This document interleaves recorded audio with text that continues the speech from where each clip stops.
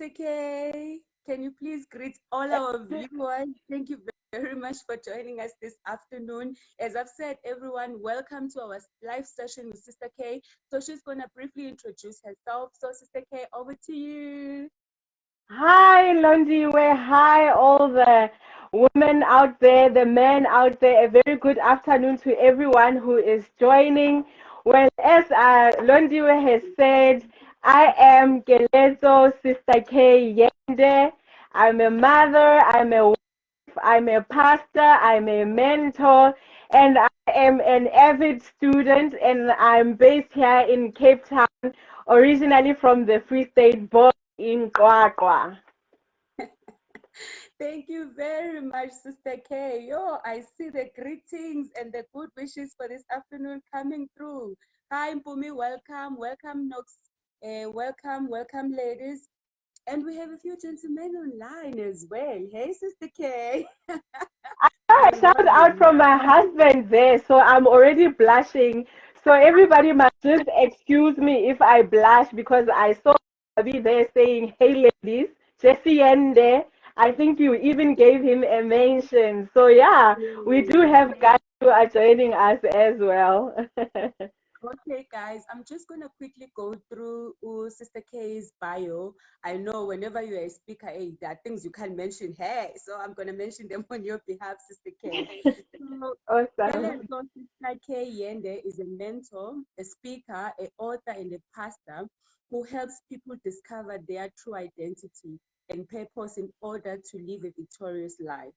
She's a founder and a director of Sister K Foundation, a sisterhood which aims to inspire women to embrace their true identity and live purposefully. She is passionate about unifying women and helping them create a sisterhood. She mentors women and encourages them to invest in empowering the girls in their community. Keleto is a pastor of Grace Bible Church.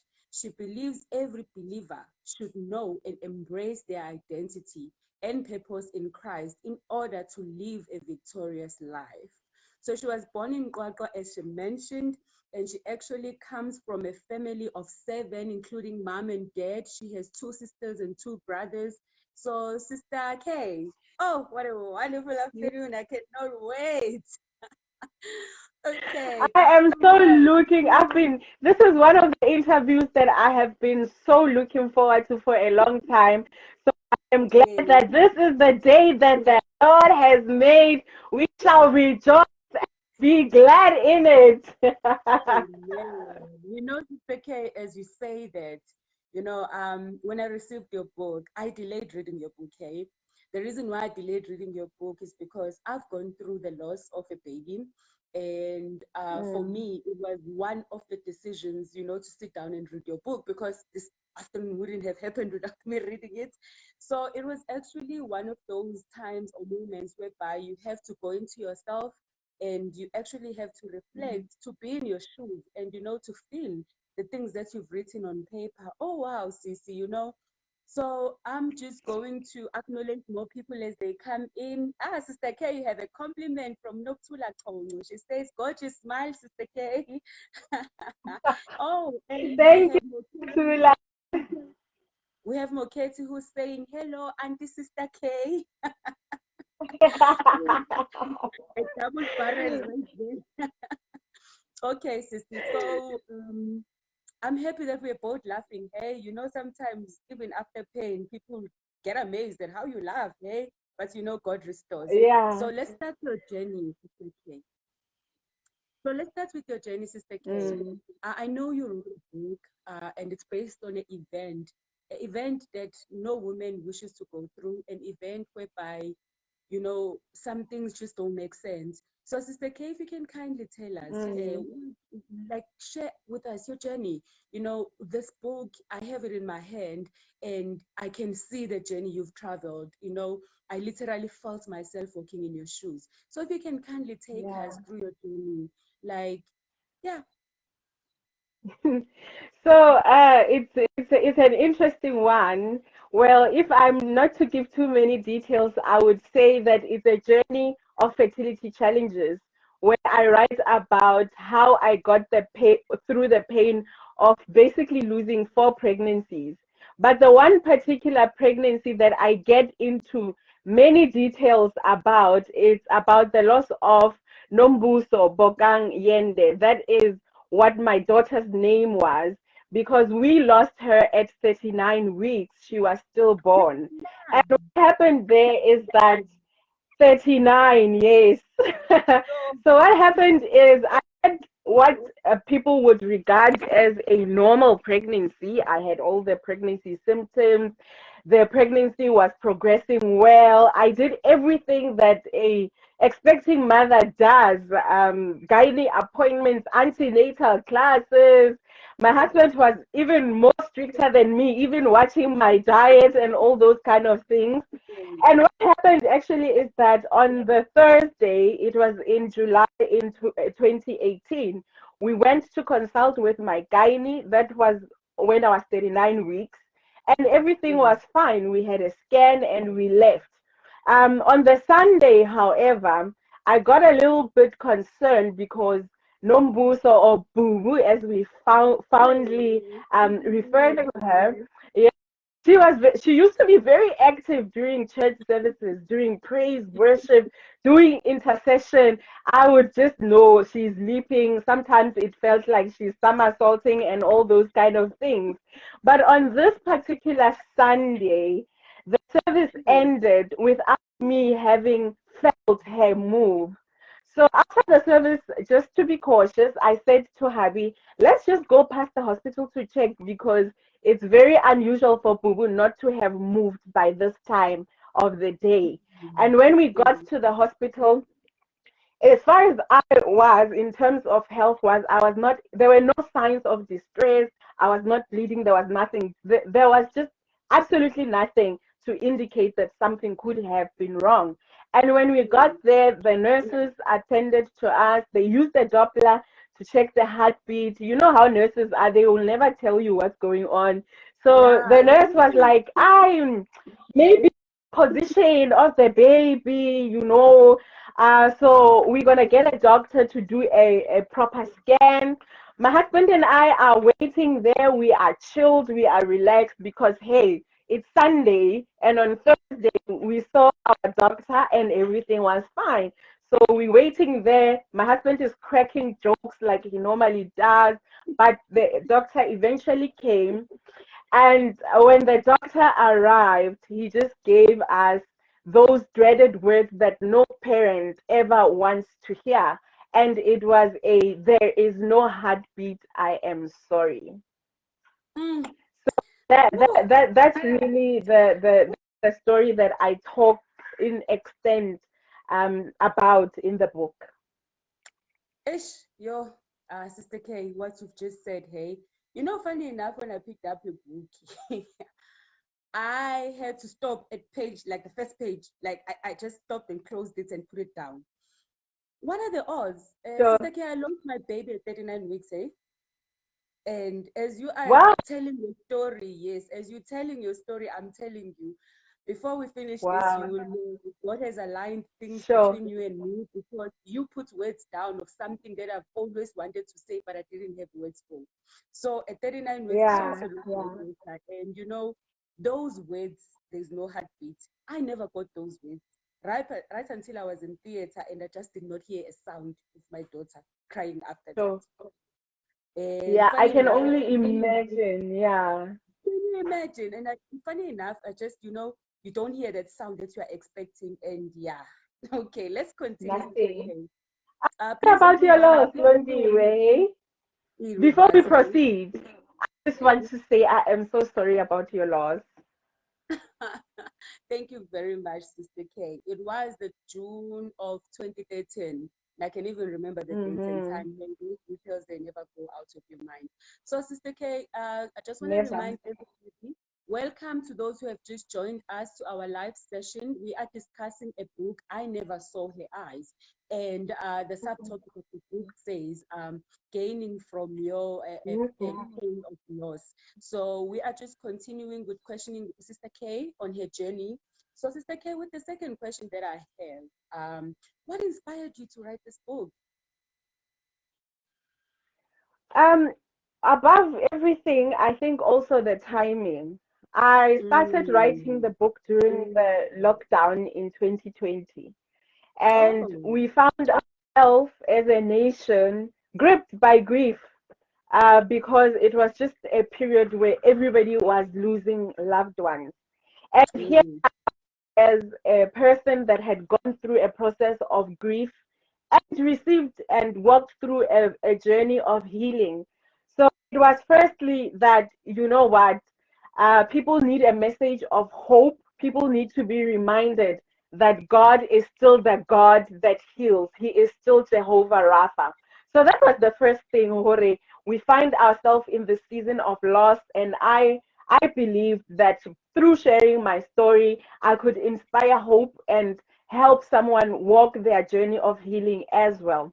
The second reason why I wrote the book, or why I was inspired to write the book, is because generally issues of fertility and child loss, they are so kept a secret. People do not Mm. talk about it. I believe we do not have enough platforms to talk about it. And Mm. because of the secrecy, it then goes with some level of shame. You know, as a couple, when you are going through that, you get sometimes to be feeling shameful about it. And I believe it's because it is treated like such a taboo thing, and it's still stigmatized.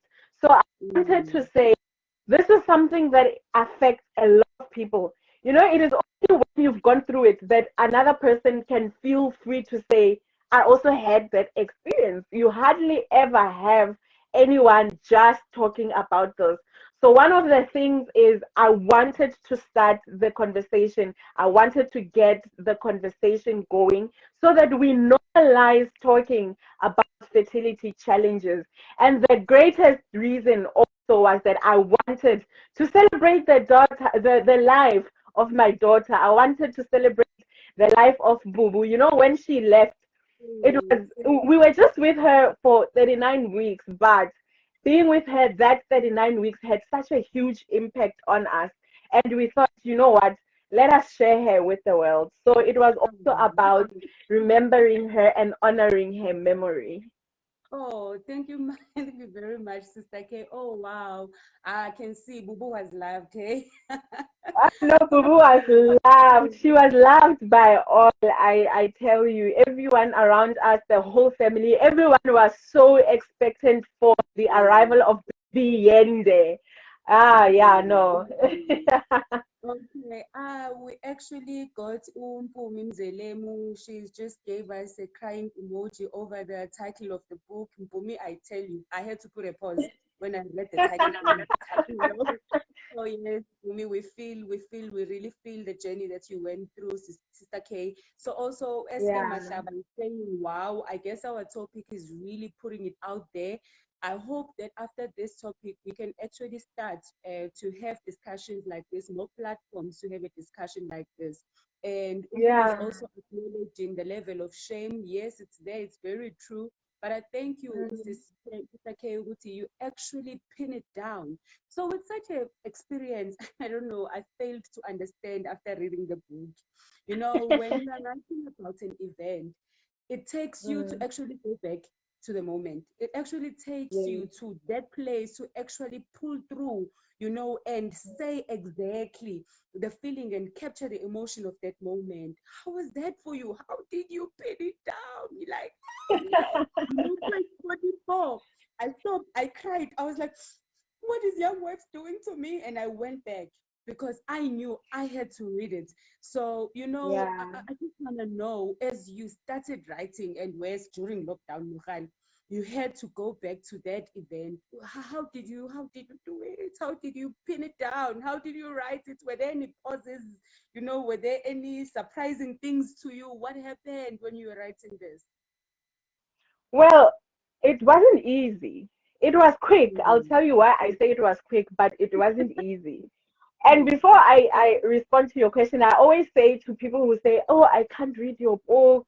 And I say, if I could write it, you can read it. amen. Yeah, because as you correctly state, the writing process, you have to go back and take yourself into the moment, what was happening.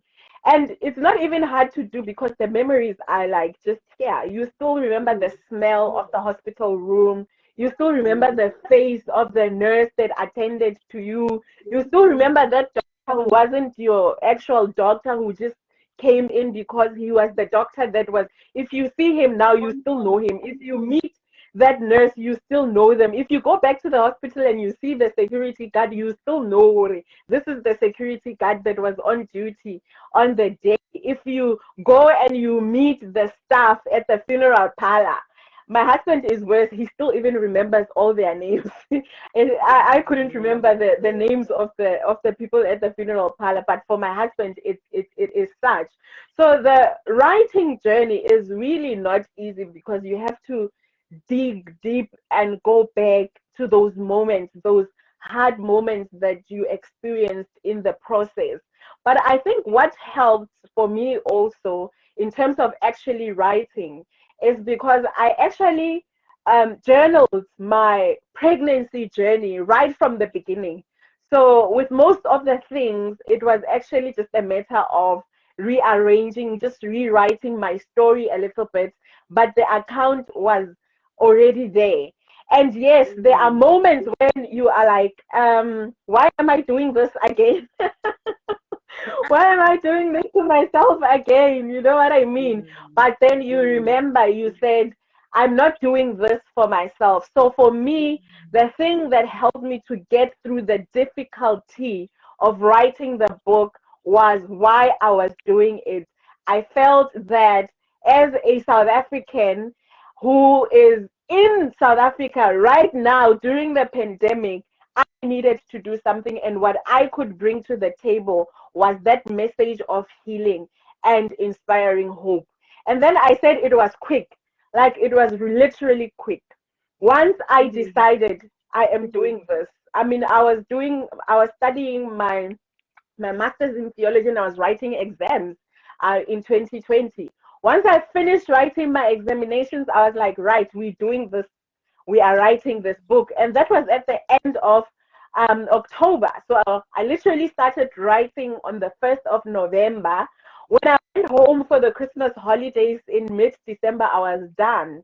So it literally mm, took me 6 weeks to write this book. And I believe that it was really God inspired. It was basically just a download of things that were bubbling in my spirit, things that I had heard throughout the journey from the Holy Spirit and from God Himself. So it was quick, but that does not necessarily mean that it was easy. And in those difficult moments where I thought I can still not continue, I reminded mm, myself why I had to write. And I decided what mm, the cost of not writing the book for me was greater than just writing it, as difficult mm. as writing it was. Yo, Sister K, you are killing me right now, hey? Okay. I guess Sister K, with my drama for page 44. Guys, when you've bought the book, please go to page 44. Page And then when you 44, are done, yeah. go back to page 44 and page 40. When I was still stuck on chapter 2, Sister K, then you did other things in chapter 3. You know, we have this thing of being misguided that any fertility or baby loss is just for the women. Hi, when I Yeah. met chapter 3, I don't want to lie to you. I say the pages. Guys, when I received the book, I went straight to chapter 3 first. I just wanted, I've never seen a book that actually embarks on explaining the partner's Mm. way of grieving. So, Sister K, if you can just take us through on what chapter 3 speaks about, how do we pull our husbands into it? How do we allow them to grieve their way? So, if you can just highlight a little bit on what is happening with women, with having this misconception that fertility issues are for women only. Yeah. Before I answer that, Londiwe, I'm just going to explain why I felt it was necessary to have Mm, that chapter in the book. Firstly, Nombuso was as much a part of me as she was a part of my husband. yes, So talking about her without my husband, then the story is incomplete. yes. And having walked the journey of grief with my husband, I was there to see that, you know what, this is impacting him in his own way, as much as it is impacting me as well. And I also realized, in terms of the support that we're getting, naturally people tend to just have a lot of support for you as the woman. And the husband sometimes might feel like they are a little bit neglected because we have this Mm, thing that because I was the one that was carrying the child, it's my loss and I'm the most traumatized. But it's actually not mm, so. It is both your loss because from the time you find out you are pregnant, he starts dreaming about his child as much as you also start dreaming. So when a child is lost or a pregnancy is lost, it's the death not only of the mother's dreams for the child, but also for the mm, dad's dreams for the child. So chapter 3 is a male voice. What I did actually there, it was a series of interviews with my husband, but mm, also observations from his journey and so forth. And then I pinned it down just to outline in terms of his um from his perspective, what his experience was of the journey of the pregnancy and the loss, and what his healing process was, and even what advice that he has for other men as well who are going through similar challenges, as well as women as well. Because I think as mm, couples, we are better able to support one another when we understand each other's perspectives. So that's really mm, what the chapter is about, understanding and getting to see from a male perspective what the impact of child loss and fertility challenges is and how to navigate them as a couple and as individuals. mm. Ish. Yeah, Sister K. We have a lot of comments. I am still going to go through the comments. I would also still like to welcome anyone who has just joined us. And the comments are flooding in. We will dedicate some time to reading the comments and also to get Sister K to actually respond to some of the questions that we have. How did your Yeah. healing journey unfold? Complex, complicated. I can just imagine. But just briefly, whatever you want to hint on, we are still all going to buy a book and we are still going to dive into Yeah, each chapter. So just the highlights on how it unfolded for you. for me, it was actually funny in a sense that um, the same year I was doing one of the modules that I was doing in pastoral care included bereavement counseling. So I had started academically um, studying how to counsel a bereaved person. Hey, I thought I knew all about grief and bereavement. Eh? So during my journey, I was like, Mara God, you are actually funny. Not only are you giving me the theological training about this, but now you're also giving me the practical training about this. So I'm Experience. mentioning that. I'm mentioning that because I found that for me, having some sort of prior knowledge of knowing what to expect in terms of grieving really helped me to stay grounded in the journey. Because grief it's a complex thing. It's a storm of emotions, thoughts, or Mm, whatever you can imagine. I am sure a lot of people have lost a loved one at some point in mm, their lives. So for me, in terms, it was empowering in that I knew what to expect. Although what you read in the books will not be exactly as what you experience, but it mm, gives you an idea. So sometimes I was counseling myself sometimes. I would be like, mm, oh, okay, is this what they call the denial stage of grief? You know what I mean? But the main thing in terms of my journey was my relationship with God. The mm, first thing that was challenged in me when I lost my daughter was, God, how could you? I am so mm, faithful. I'm a devoted I'm a devout Christian. I am there at church. I am serving. I'm preaching your gospel. How can this happen to me? And a defining moment for me in the journey was when I realized that the question that I was asking was actually the wrong question. Why me? For me, I got a revelation that it was actually a pride-filled question, because if not me, then who? And am Mm, I mm, asking why me because God owes me something? Does God mm, owe me something because I'm a good Christian? So I actually mm, repented in that moment and said, God, I am sorry. And what I did is then I rephrased my question, and I moved mm, from what me to what in me and what through me. What in me needs to change through this season I am going through? And what is it that you want to do through me, God, through what I am going through? Because I realized that I could not waste my pain. You don't just go through pain for the sake of going through pain, mm, but I mm, believed that there was a purpose to it. And having that sense of wanting to discover what the purpose was is really mm. what pulled me through, even on those days where I really did not feel like getting out of bed. Eish, Sissy, oh, I'm just going to mention one comment that has actually really touched my heart. All love and all support out to Untombi Shabangu Kumalo. She says, I can attest to what we went through. So she's saying she can attest with us because they went through something similar, and they lost their twins through miscarriage in 2016.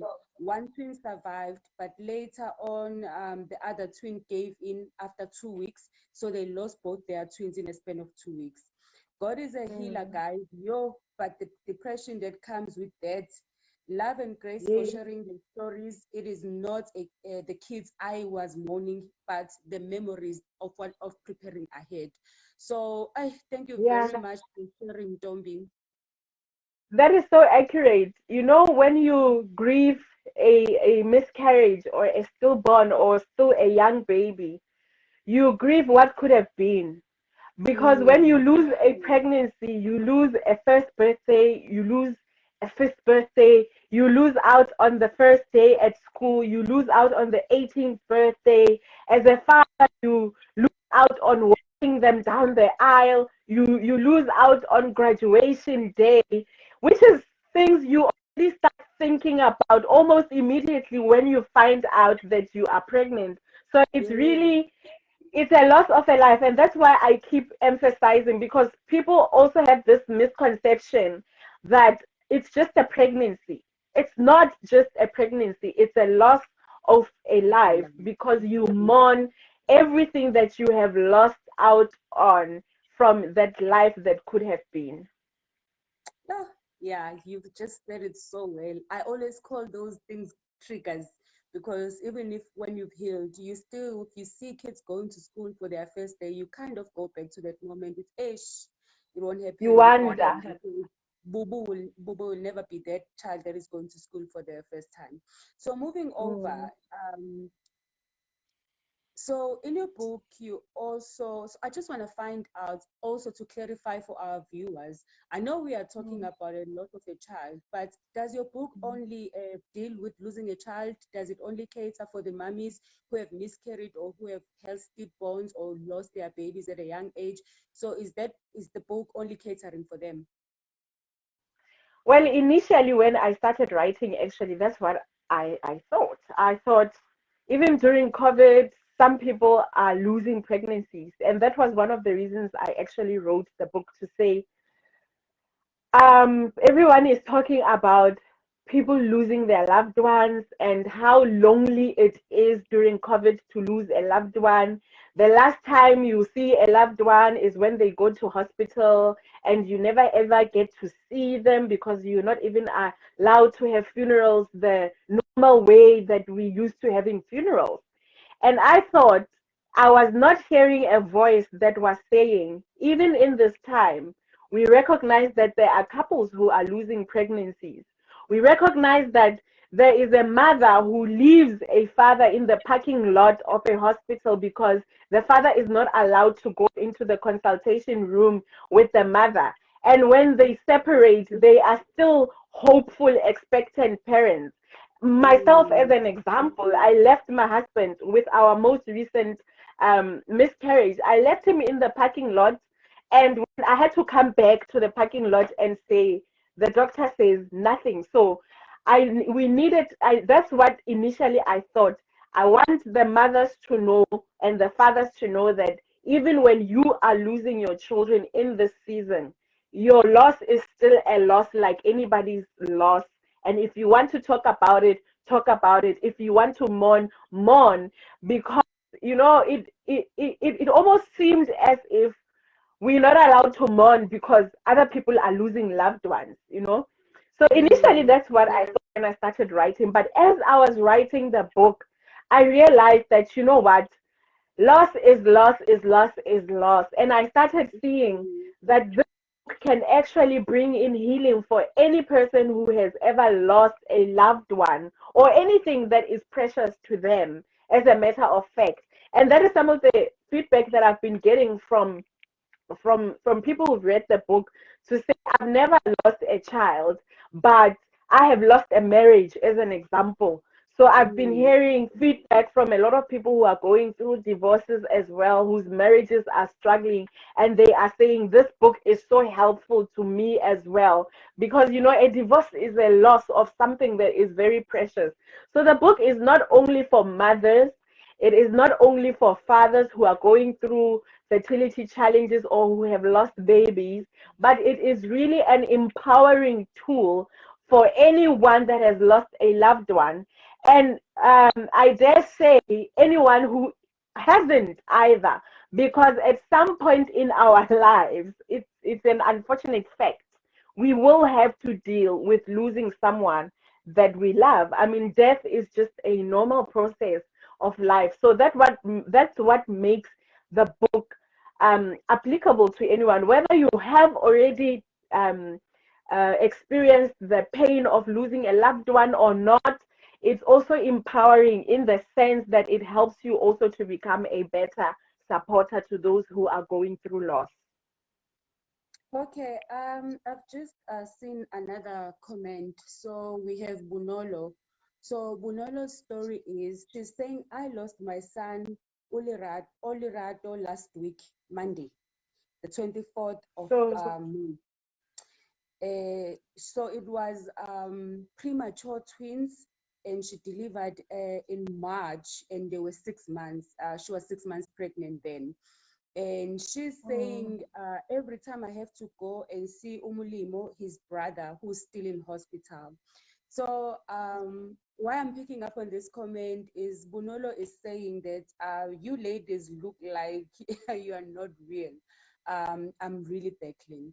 So Bunolo, just wait for you. Um, when I lost my daughter, a year later, I couldn't speak like I'm speaking today. I couldn't laugh like mm, I'm laughing now. It's been eight mm. years, and to tell you the honest truth, the pain never goes away. The loss No, is it never doesn't. filled with anything. But Mm, if you choose to stick to God, to stick to your faith, God sees you through. Remember, what is impossible with men is possible with God. Bonolo, I am going yeah, to actually contact you after this, because sometimes walking a journey alone is never easy. And as Young Wives SA, we offer such platforms so that we can identify people that are struggling with the sessions that we are yeah, talking about. It's really not yeah. easy, Bonolo. I understand you are struggling. I have struggled for years. To see me laugh now, it's not because it hurts less. To see me Mm, laugh now, it's not because depression doesn't visit me every now and again, but to see me laugh now is because God has turned my mourning into dancing. So I used to cry. amen. The tears I've cried, God sees them. Everything that has happened in the journey of 8 years, I'm telling you, it has not been easy. So we might Yeah. seem like we are making this topic light, but it is not light at all. I'm telling you, when I Mm, read Sister K's book, yeah, yeah, flames, like there were chapters I couldn't finish. And I've still folded the book in yeah. those chapters because I just couldn't read it. So as I said when we started, Uguti, funny enough, Sister K, your story is a replication of my story in so many details. And I never thought there was someone out there who went through what I've gone through. And through Yes. Young Wives SA, to get even an opportunity to be speaking with someone who has gone in a journey that I've gone in. I know you said, Sister K, it's been like it was 2021, 2015 or 18. 2016. 2018. 2018. It's But 2 years. imagine we Yeah. are on 2021. We have Sister K who has managed to put down in a book the healing journey. One advice I Yeah. can say, ladies, is that stick to God. He is the author and the finisher of your faith. He's the one who says, in your weakness, like his strength is made perfect. You know, I Yeah. had to choose, I had to deliberately choose how my healing was going to unfold. I'm forever over prepared. Those who know me, they know. But this time around, I was caught off guard. I was never ready for the Yeah. ending like this. But it took Yeah. God in me for me to survive, not for the years, but for the day, for the present, Yeah. for the time I was facing. Because even the Bible does remind us that we should not worry about tomorrow, because tomorrow has its own problems. Like in today, it took me Yes. a lot to get out of bed. But you see me today, we are having this topic. We are not by any way making this topic light-hearted, but in the intensity of it, you find how God can really shape your journey of healing. From morning, you find yourself dancing, you know, from seeing the triggers all around you. Like the first day is horrible. Like all the firsts are Sure. horrible. So, Yeah. Sister K, I know you can I can attest to it. relate. So, Yeah, mm, before, yes, that's, I actually also wanted to add to say the fact that we can talk about it now, like you said, it's not to say that it's an easy thing, but it's to show you that, hey, tomorrow can be better, next month can be better, next year, the next 2 years can even be even better. And this also reminds me, and I love Bunolo's comment because it reminds me why I wrote about this book before I have more children. Because I believe mm, God is still going to bless me with more children. But you amen. know, testimony is unrelatable. And I need you to relate with what I'm saying, Gunolo, because as I'm sitting here today, my testimony is not that I used to struggle with fertility challenges and God has blessed me with triplets. Not yet, anyway. That is still going to be my testimony.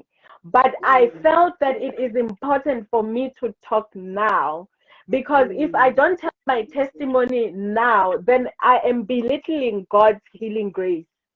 So the amen. testimony now is to say it doesn't matter what your situation is, God can still come from you.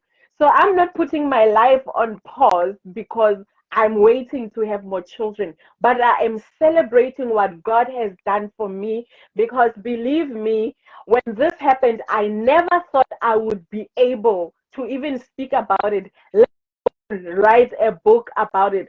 So for me, that was a way of saying people will identify because you know sometimes when you hear from a person who's already received their answer, it's like it's easy for you to say because God has answered. But hey, I'm putting myself out there. I'm here today and I still don't have a child, but I'm saying God can heal you, God can restore you, and your life can still be fulfilling in those challenges, Amen. that even with the challenges that you are going through. Amen. Actually, Sister K, this leads me to my next question. As I continue to go Mhm. through a book, then you speak about supporting a person who's going through this. Then you speak about supporters. You speak about the mourner. Can you just kindly just touch up on that? Sure, this is a it's one of my favorite chapters. I'm very passionate about it.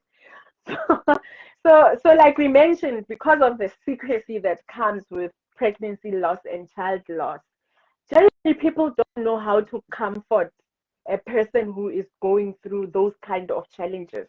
And I mean, I've never heard that received an invitation to a webinar or to a course of how to support a couple that is going through fertility challenges or how Yes. to support a mother and a father that has lost a child. I haven't seen it. I don't know. Maybe someone on Facebook has. They can share if they have. but personally, I've never seen such a thing. So this then tells us that in terms of supporters, they're not empowered to support person who is bereaved in the best possible way. And not because they are mean people, but just because they do not understand, because they are not Mm, able to see things from your perspective. So when I mm, wrote this book, it was twofold. It was to empower the supporters on how to best better. There's no such thing as best support, by the way. There's just adequate support. How to yeah, better support people who are mourning. But at the same time, I also feel for the supporters because they feel attacked sometimes. Hore, we mm, say, oh, how can this person say this to me? Don't they know that this means this, that? But they don't know. That's the point. They do not know. So, in the absence of us telling them and guiding them and helping them see from our perspectives, then they are left helpless. Hore, hi, these people, they are never happy with the support that you give. So, the chapter was really aimed at helping the supporter and the mourner to see things from each other's perspectives so that the mourner can mm, be more forgiving to the supporter who does not always say the right things, who does not always do the right things, or even those who do not show up. Because you know your trauma can just be too much for some people mm, that they actually don't know what to do and they just stay away from you. And so mm, to say, don't be angry, don't be hurt, it's not from a malicious space. This is their perspective. They actually don't know what to do. Sometimes your trauma is triggering their own things that they've never dealt with in their own life. So it's just a mirage of complicated things. And I'm hoping that that chapter will really help open each us help open us to each other's perspectives so that as supporters we are better, we are empowered to better be able to support those who are mourning, and as mourners we are also extending a little bit of more grace to those who are supporting, because sometimes they're really trying their best, it's just that they do not know better. amen. We've received a comment from Unonhlanhla Mbenenge. She's saying, wow, this is good support platform for grieving families and individuals. God bless, ladies. So thank you very much, guys, for all the comments that are coming in and other questions that are coming through. So unfortunately, because we have two more questions to cover before we close our discussion, however, we are more than willing, and Sister K, I know she is willing. We'll go back on the comments, read the comments, and really bring support closer to home to those who really need support. Bunolo, you know, you are just in my spirit, hey. And Sister K, I hope we Yeah. can arrange getting her the book. And I know it might not give her all the answers that she needs right now, but Mm, we are here mm, for you, Bunolo, to support you through what you are going through. And yeah. can we move over to the next question? Yeah, So, sorry. And also to say to Bunolo, we also keeping your other child in our prayers as well, because I think you mentioned, she mm, said that the other twin is still in hospital. So we just yeah, speaking God's healing grace upon your other twin, and for you to be strengthened. I know how traumatized you dealing with loss. At the same time, you have to be strong for this one. So I can totally relate to how difficult this time must be for you, Unola. So we'll pray for you. We'll pray for your partner as well as for your other child as well, that they will be strong and God will fortify them, and you will come out of that hospital with a child that is smiling, that is bubbly, that is just waiting, that is just expectant to get home with you. amen. So the second twin's name is Umulimu. So can we kindly Okay, carry them in our prayers? Okay, will do. Sister K, so your topic says gaining from the pain of loss. You have captured this so nicely. You say one of the inserts, it says, rewrite your story of loss to be of gaining from the pain of loss. Wow. Can you tell us about that before we wrap up? So, Lindy, if we were all to be honest, we learn the most and we grow the most in our most difficult seasons in life. I'm sure you can relate to that. I mean, there Yes. are so many things about myself, my character, my perspective on life, that I look at myself pre-loss of a child and post-loss, and I can really see, wow, I've learned to listen to people. I used to listen, but I was listening and I was ready to respond. But now I can Mm, genuinely listen to a person. I can genuinely just be present for a person. amen. Um, Empathy, sympathy, those kind of things. You can really relate, and you are better able to put yourself in other people's shoes. So those are just on the surface kind of gains from loss. The particular specific gain that I experienced is through the journey of rediscovering who I am and what my purpose is.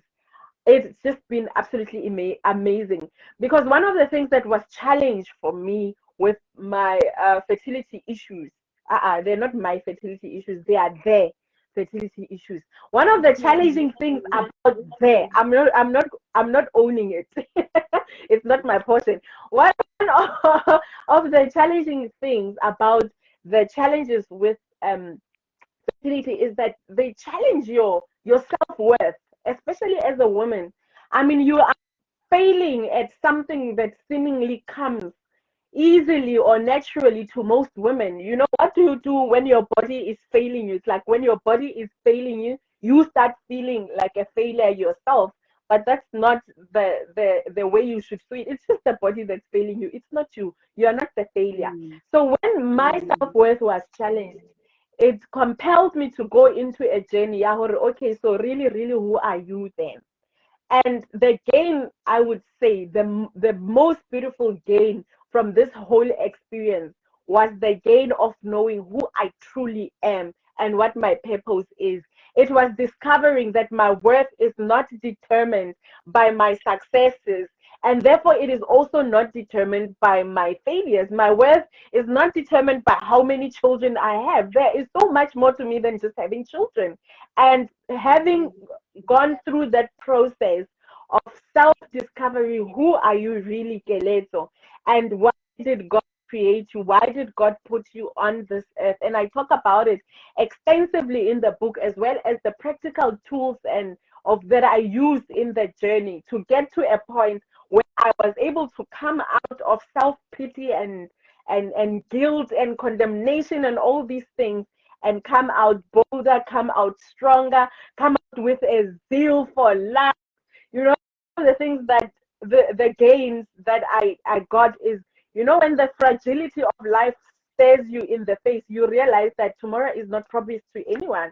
So you live life Mm, to the fullest, because you want to ensure that if God comes back anytime, what you will get from him is, well done, you good and faithful servant, and that you won't still be unsure of what you are busy with in life. So that's really what I really gained from that pain of loss. And I think it's a beautiful thing. yes, thank you very much, Sister K. It will be really a thing that I will not forgive myself for if I do not ask you this last question. Last chapter.